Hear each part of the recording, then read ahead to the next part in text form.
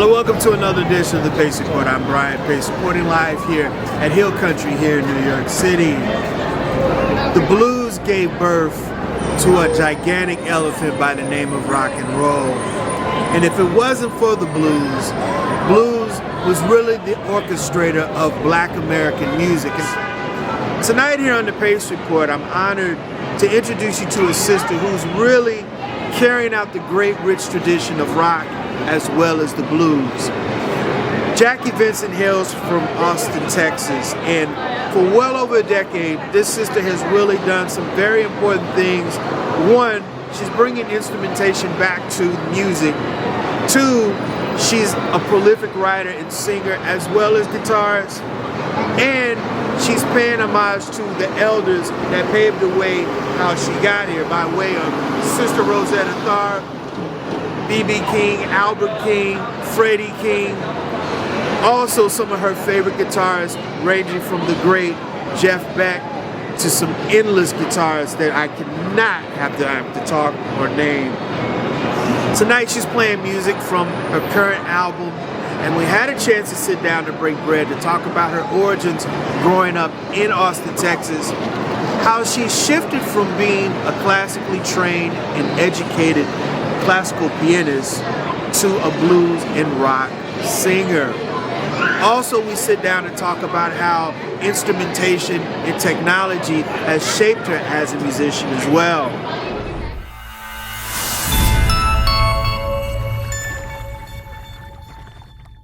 Here we go, ready? Yeah!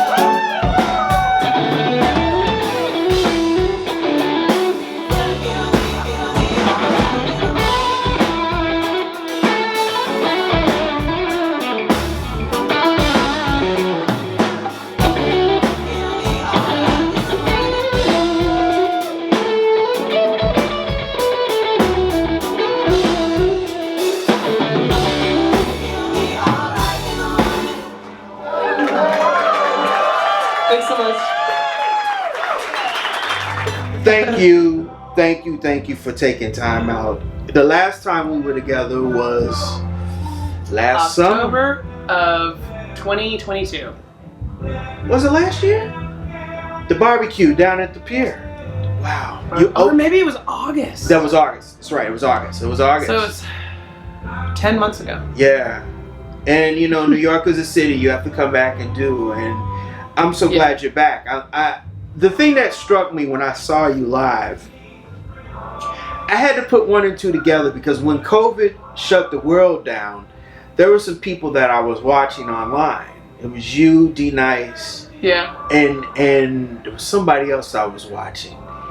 And then I saw you and I said, I've seen her before. And then the video of the Austin City Limits performance, I was like, there we go. There we go. We have a winner. Yes. We have a winner. Yep. Yeah, we have a winner. Yeah. And I want to ask you, how do we get here? Because your story is always so interesting. The fact that, one, you started off as a pianist, but now you're a vocalist and guitarist.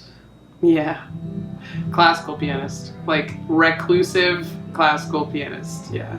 In Austin, Texas, too. In the suburbs. Deep in the suburbs of teeny tiny town of 600,000 Austin, Texas when I was growing up. Now, classical is about rudiments, practicing, repetition, exactly, mindless repetition until it's not. It's about mindless repetition until it's about dynamics and memorization and feeling. But most people just they quit at the mindless repetition. They don't get to the feeling. Like, oh my God, there were some times where I'd be playing those songs and I swear to God I heard an orchestra in the kitchen with me.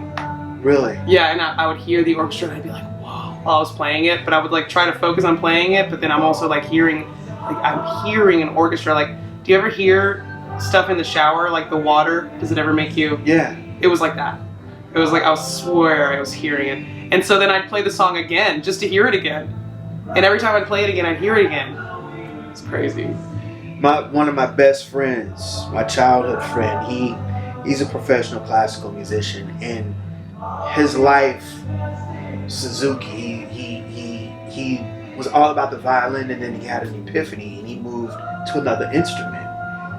How do you get to that point? Because I mean, like you said, this is rudiments. For every hour you're playing and you're practicing. How did you get to the guitar part? Oh, well, I did the piano for 13 years. So it was like from age 8 to 21. I only did the piano and nothing else occupied my mind at all. Absolutely nothing. I was obsessed with the piano and it was all I wanted to do. And I tried out for college. I got into college doing the piano. And then in college I drifted away from it. It was like the busy work, turning music into homework, turning music into a course. I don't know how that, it just, also I didn't have a lot of really great private lesson teachers at the school, and they were either like kind of halfway there, like aloof almost, or they were like really hardcore into jazz and I was doing classical, and they did not want to help me make the transition. They just wanted me to be there. They're like, why can't you play this stuff? I'm like, you're a teacher. Teach me how to play this stuff. Like, what? Like, I can play the piano. My principal genre has been classical. You're a teacher. Teach me how to play jazz if you want me to play jazz, right? And the teacher's like, why don't you already know? I'm like, because that's not what I learned when I learned how to play the piano. Then how did you get into this school? Now. So like, I was just kind of. I understand. It was just this like turning down of excitement and passion for an instrument that I had been obsessed with my whole life since I was 8 years old. And but I still wanted to perform and play music. I knew the teachers were wrong, but that doesn't make the emotions go away. You know what I mean? It's like, I know you're wrong. I know you're just a teacher. I know that this is just a school. I know that this is just 3 years of my life. I know this is just a speck on the timeline of the life that I'm about to live. I know all that. But it does not make the emotions go away. It doesn't make it so that I'm less excited now about this than I used to be. It doesn't change that, even though I know it's a blip on the timeline and all those teachers are meaningless. It didn't change how it made me feel. Do you know what I mean? Like being in a cold, dark place for the first time in my life, moving away from home for the first time in my life, going there thinking that I was going to learn how to do something new with the skills that I had already learned, you know, to even get into the school in the first place, and then just being met with that. Wow. It drove me away from the piano, but it didn't drive me away from music. So I was like, I'm gonna test out of a bunch of classes, I'm gonna bust my ass and tutor, and I'm gonna get out of this school as early as I possibly can. I graduated in 3 years. I'm gonna go home for every break, and I'm gonna stay home until the very last moment I have to go back to school. I lived at home for 4 months out of every year, hardly even spent any time in the school, never networked with anyone, kept my head down, did all the homework, learned all the stuff, and then came home and immediately quit the piano and picked the electric guitar. This time I'm gonna pick the instrument. This time I'm gonna pick the genre. I'm gonna pick the teacher. The teacher sucks, I'm going to pick a different teacher immediately. Every teacher has one lesson to prove themselves with me. I'm like, I'm going to play the gigs that I want to play, I'm going to write the music that I want to play, and absolutely nobody else is going to have any hand in this at all. And here I am, 12 years later. Jackie, and did you know that college offered me a job in the guitar department to teach, and I turned them down because it pays less than what I make performing my own original music. And this university we're talking about is Berklee. Yep. School of Music in Boston. There is, yeah. And I learned a lot of great stuff there, but I also met not the greatest people there sometimes. Some of my teachers there were really great, but none of them were my piano teachers. Wow. Yeah, my greatest teachers were in the engineering, like studio engineering department and writing. Like I did a lot of composition stuff at Berklee. My composition teachers were amazing. The lady who taught the barbershop quartet class, the vocal writing, she had us like rearrange rock songs for barbershop quartets and stuff. So I had some great teachers there. When I say I kept my head down and did the work, I definitely learned, like, I got every penny out of that tuition, the stuff I learned. That's fantastic. You know?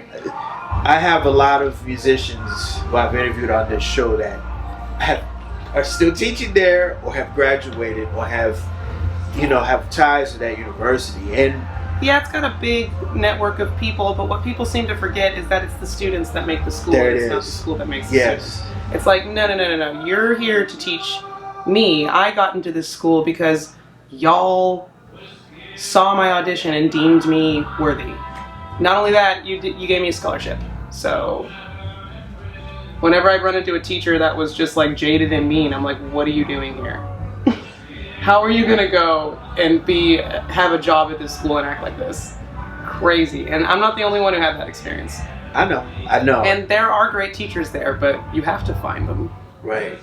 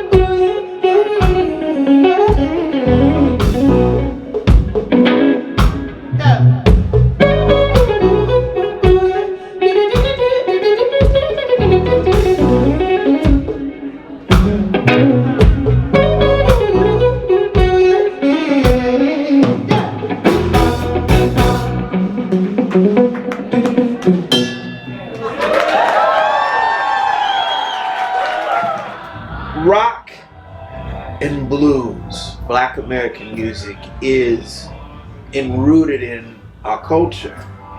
And when I saw you live, I was trying to put you, how do I compare her to, and I can't, because Sister Rosetta Tharpe started off with the guitar and the gospel thing. Yeah. Then Janis Joplin, she goes from the Big Brother, the group that she started off with, I can't think of it right off. Mm. Then she starts her Cosmic Blues Band, and then she was trying to do kind of all kinds of exploration. Exactly. And I'm seeing what you're doing, and you've got the vocal thing down, you're playing your own music, and the virtuosity of the guitar. How are you still developing this? So I took the hand of technology and I embraced it. A lot of my peers don't. I fully did. Technology, rising tide lifts all boats. When there's advancement in one area of technology, there's advancement in all areas. So the iPhone also improved DJ equipment. You know what I mean? This piece of medical gear also improved this speaker technology. Like, it all blends together. Something like that is from a completely different industry, evolves every industry. It's amazing. I caught wind of that early on when I learned about looper pedals. Wow. Yeah, I thought looper pedals were like, even the most rudimentary one. The first time I borrowed one from a friend, it was just one loop, not even like the biggest, probably was invented 30 years ago, not even that new, right? And I just saw it and I was like, wait a minute, there's a whole thing that you can just, in the moment, as long as your timing's good, you can just lay down a part, and it just blew my mind that, like, it wasn't just a guitar into an amp anymore. Now it's like two guitar players if you time it right. If while you're singing, you loop the part, and then when you're done singing, you're already playing a solo as if there's another player there. Like, whoa. And I saw that rabbit hole and I jumped all the way into it. And it's led me to samplers and DJ gear and DAWs, like, you know, Logic and GarageBand. I got a lot of that education at Berklee as well. The engineering education I got at Berklee is, I don't even think I could put a price tag on that. Literally priceless. Right. They taught me how to use every DAW. Pro Tools, Logic, even the ones that nobody uses, they taught me how to use. And that was the major I chose personally after doing research. And that's what I'm saying. If you don't navigate the school correctly, you might not get your money's worth. If you navigate it correctly and really care about the classes you take and really think about the long-term effects of the education you're getting, you could get a lot of value out of that school. But you really have to be careful. You have to think about it. It's not just this cool place where you go to jam with people. Like, no. There's a gold mine there, but you have to find it. You know? And so I found it. I learned all of this stuff about production and technology and gear, live gear, studio gear, live PAs versus studio PAs, live, like Ableton Live versus Logic, which you just use at home.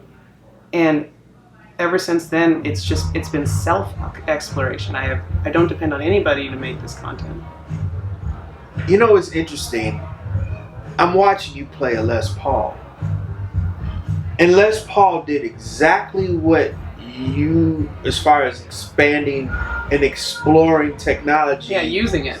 70 years ago. Oh yeah, Les Paul is a genius. He's a genius. He's a Tesla of guitars. Exactly. He's like Guitar Tesla. Yeah, I mean, if anything, I'm looking at the correlations. I'm like, my God, I'm listening to you talk. I'm thinking about Les Paul and how important what he did changed the whole dynamic of the recording industry. Sure, and also Dave Smith.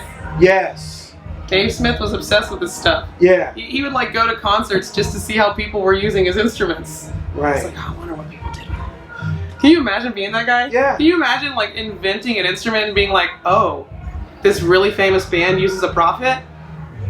I'm gonna go see how they're using the thing that I literally made from my own brain. Like, oh my God, that had to be the most thrilling thing ever. Like, yeah, those guys.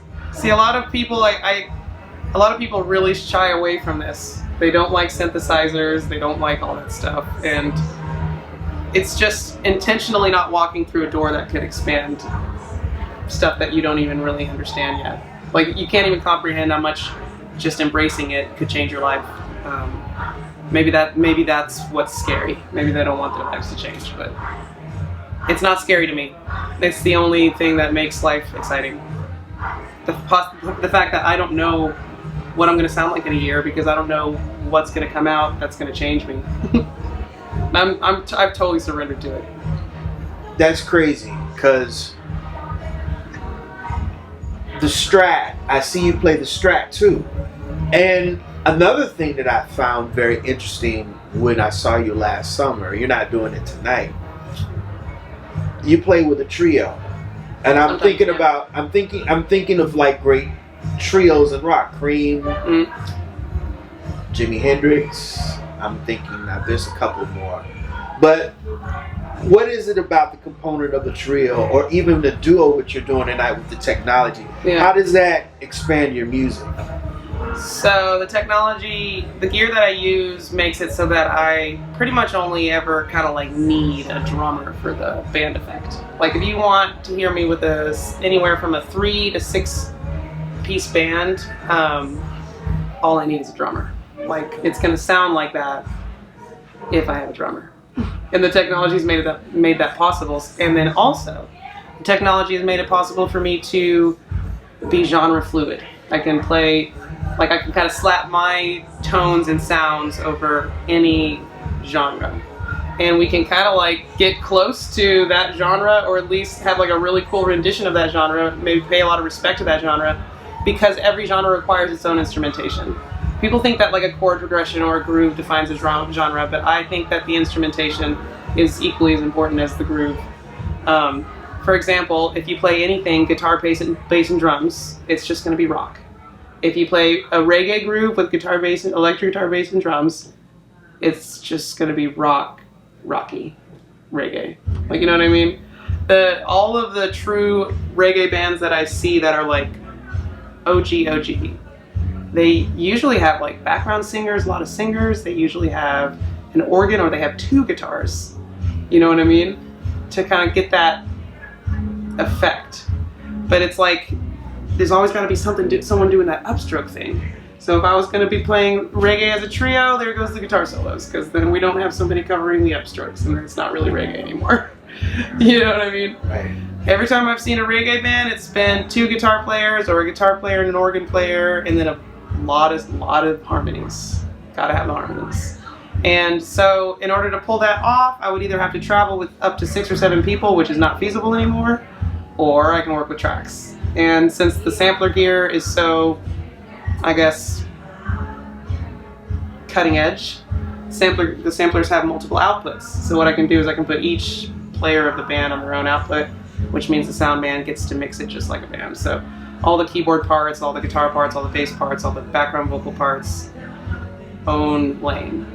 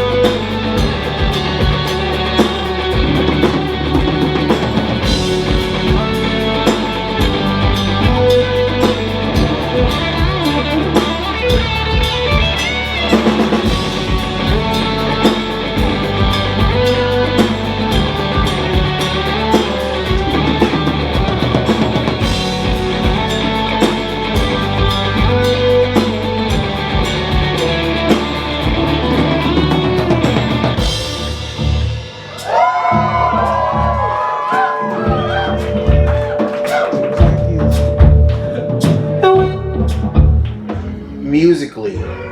Are you comfortable playing guitar? Are you more comfortable singing? Or is it the way, is it reverse? They have to be together. Really? Yeah. I just like singing and playing. It's like they're one thing.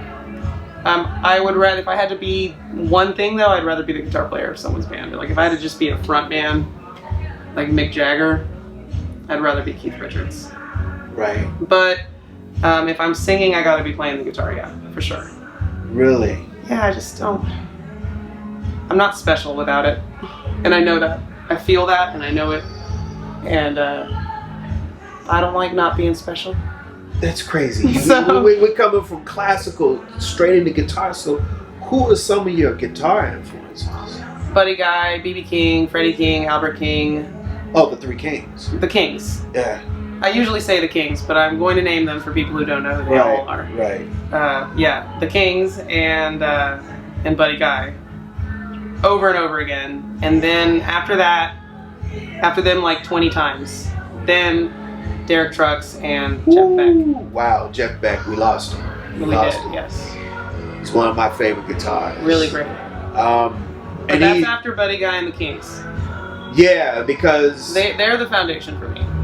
Well, they're the foundation for them. For them, yeah, you know. I know. and Stevie Ray Vaughan. I mean, he was a huge Albert King fan. Yeah. I mean, he stole a lot from Albert King. What I haven't spent a ton of time listening to Hendrix. I spent about a month just absorbing his records because everybody always talks about him, so I felt like I had to. If I'm gonna be in the guitar zeitgeist, I gotta at least be somewhat familiar. So I spent about a month intentionally listening to as many records of his as I could find, and I like his exploration. He made weird noises. He like built his own equipment sometimes. He was like a scientist with the guitar. He like the distortion, the way we use it now, we can thank him for that. Can you fathom what a record with him, Miles Davis, and Sly Stone would sound like? It would sound like it'd be like rock, but with drum machines. Yeah. That's what it would be. And it would be like very psychedelic. Psychedelic rock but with like 808s, because Sly Stone was obsessed. Like, I think he's still alive. Yes, he is. Sly Stone is obsessed with drum machines and shit. Yeah. He used to like cart those things on a dolly to his shows. Yeah. He's like, I don't care that this thing is the size of a cabinet. We're using it. And he would like bring right. He'd like have his organ and there'd be like this wall of like giant drum machines because the technology hadn't made them small yet. He's like OG for drum machines. I'm just amazed we're talking about technology because you are so driven about... Some people embrace it, some people don't. Some of them don't. And Sly Stone... Sly Stone was definitely... Prince too. Yeah, Prince. Prince for sure. But like, probably not the Rolling Stones. I think the Rolling Stones have like a thing going and they just keep that thing. I don't think they ever really went down the synthy road or any of that kind of stuff. I think they're like a classic rock band, you know, like, and they kind of keep that thing going. Same with ZZ Top.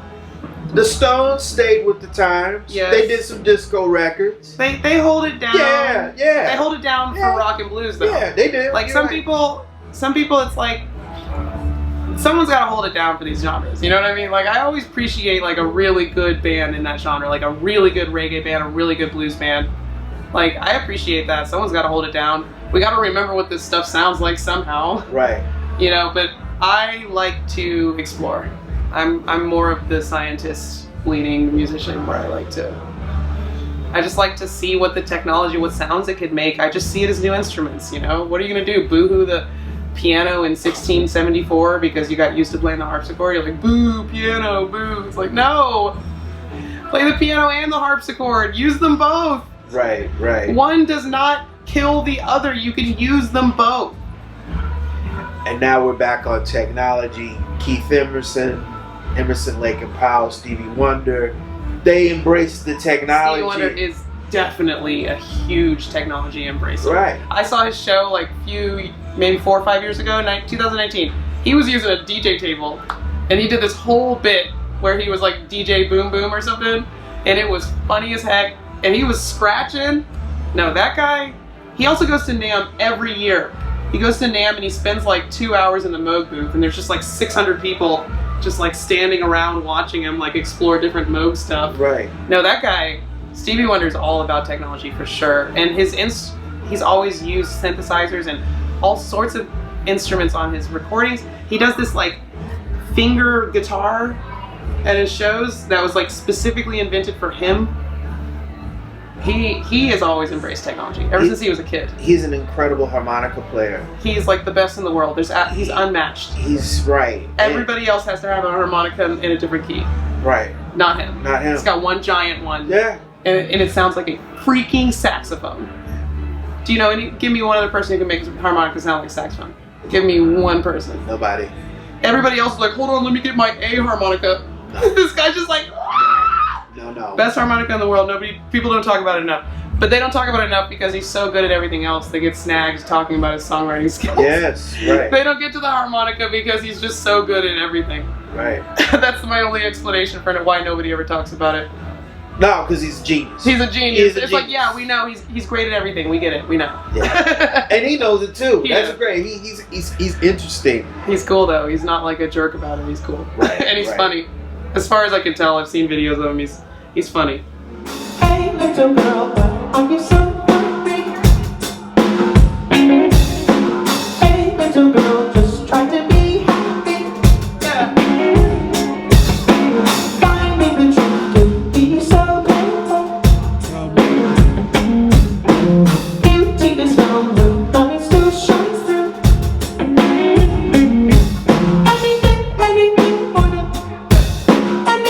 Anything for the good vibration, yeah.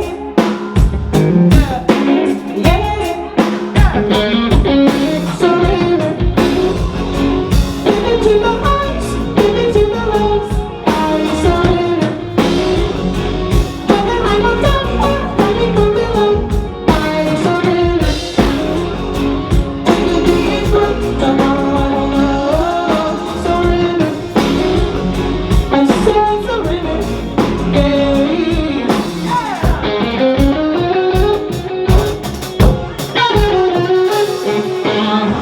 I'm so tired, but I keep running.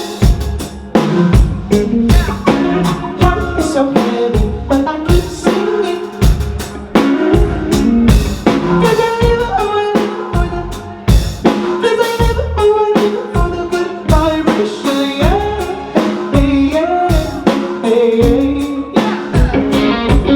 Surrender. Give it to the highs, give it to the lows. I surrender. Whether I'm on top or coming from below, I surrender. Take a deep breath, tomorrow I will know. Surrender. I said surrender.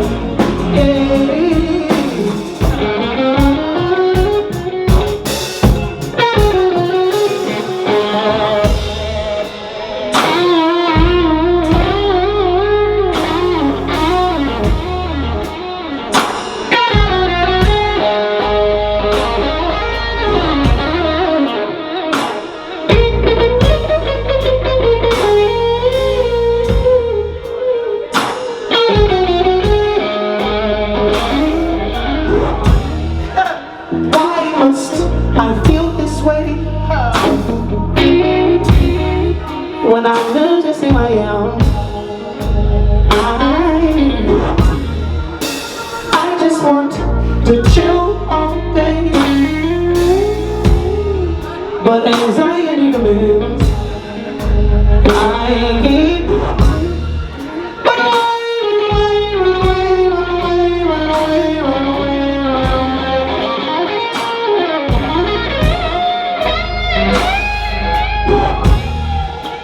I will sing my dreams one day. My flag is in the sand. I will see my dreams one day.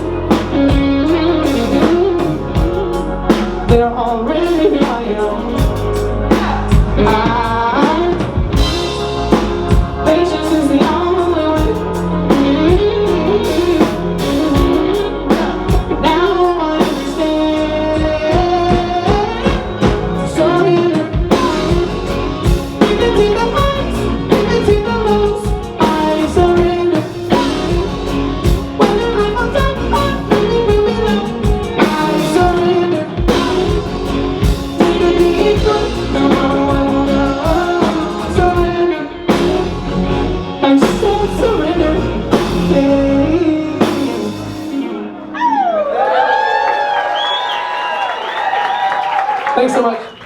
I see where the piano now has made you who you are. Yeah, you can hear it in my music. There's pianos in almost every one of my songs on my new album. It makes sense. Evolution Joy, that's all me on the piano. It's not always all me. On Love Transcends, I got John Dees to play the piano because I wanted a different sound. Like, I could have played those parts, but they wouldn't have sounded like that. I wanted them to sound like that. I didn't want them to sound like me on the piano. I already know what I sound like on the piano, you know? My new record, Ghost in the Machine, comes out in October. I got somebody else to play the piano on that too, for some reason. I just want the records to be more expansive. It's like, we already know what my head makes. We've already been there. Now let's see what like outside influences does to the things that my head makes. And that's where I'm going now, in the kind of in the future. Even though I could play all the parts, I'm purposefully not. You being a woman in a male-dominated industry, how has it been in the last 5 to 6 years as your star keeps rising? What are some of the things that you've noticed as far as bookings, how the press perceives you? What are some things that you like and dislike leading your own band? Well, my band's only one other guy most of the time, so. And that one other guy was in my dad's band for 25 years, so he's basically like my cool uncle. So it's actually just really easy leading a band. I used to lead a band of different people, and that wasn't bad. I think I know how to like tell when someone's kind of a jerk. You know, I wouldn't choose to work with people in my band if I picked up like that. I do have to always be on guard, so there's one comment about that. I always have to be like reading between the lines before I work with somebody. But I honestly think no matter what you are, you gotta read between the lines. You just gotta be careful. It's like, most people are good, but also a lot of people aren't. So you gotta be careful. You gotta be careful. Or a lot of people can't handle pressure or success or seeing large amounts of money and keeping their cool. And sometimes you encounter large amounts of money in this business and it gets weird. It gets weird sometimes. I bet. Yeah, I bet. like especially if the people don't understand how much the expenses are for the project. They see the check and they're like, "You made that one night?" It's like, yeah, but then I spent this like the next night. Look at this receipt. But like, it's annoying. At worst, at this stage in my career, at worst, it's annoying. Like, some guy doesn't think I know how to use an amp, starts telling me really simple shit like, "This is the gain knob." I'm like, this is the gain knob, okay. You know what I mean? So it's just irritating, and then I get irritated, and then it kind of like screws the sound check a little bit, and then I'm just irritated that I have to like play a show with that guy who doesn't think I know how to use a guitar amp in the room. It can be irritating, but for the most part, people just stay out of my way. When you're a chick and people know that like you're doing something with your life, they usually just leave you alone. Honestly, it's kind of just a lonely life publicly. Most people don't talk to me. Austin is home for you? Yes. Still home for you? That city has a very unique vibe. I've never been there, but the music scene is just... It's all over the place. Why is Austin the way it is? I think there's something in the water, literally. I think there's something in the water and then there's something in the air, but that's the spiritual side of me. I think every town is defined by that. New York has its own energy. New York has this really like tough love energy where like the city will jostle you around, but you'll kind of end up being okay in the end. Like, oh no, I missed my subway and now I'm late for an hour late, and now I don't understand the traffic and all that stuff, and so I'm screwed. And you're coming out of the subway, you're 3 hours late, and then you find a $20 bill on the ground, you're like, oh, cool. And like, that's New York. Like, it's like this, like, punch, punch, punch. Oh, sorry.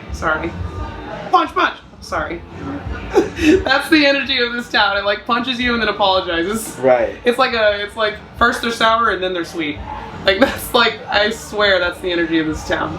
It's like, you're gonna be okay, but it's gonna be hard. Right. Whereas Austin is like this college town. It's really young in a lot of ways. First of all, it's a young city, but also there's a lot of young people. and people go there to raise their families. There's a lot of kids, just really young. It's like this altruistic, stars in their eyes. I'm just a guy with a guitar and a dream. Like, I'm gonna go and I'm gonna write a song and then I'm gonna get a gig and then like this just naive, like young, bright-eyed student-y. You know what I mean? And I think that's why it's so like booming. It's so evergreen for music and culture and art, because everyone there is just so like, they're just like in love. Do you know what I mean? When someone's in love and they are seeing everything through rose-colored glasses. Austin is the rose-colored glasses. Wow. They call it the velvet rut. Really? Once you go there, you never leave. And so you're basically in a rut, but it's a really comfortable rut. Like, hey, we're stuck in this rut, but at least it's lined with velvet. That's like the saying. I'm never gonna leave this town, but it's beautiful, so maybe I don't want to. It's like Stockholm Syndrome. Oh boy. I'm just saying, like, it's like this rose, it is the rose-colored glasses. You go to Austin and everything is just a little bit more beautiful.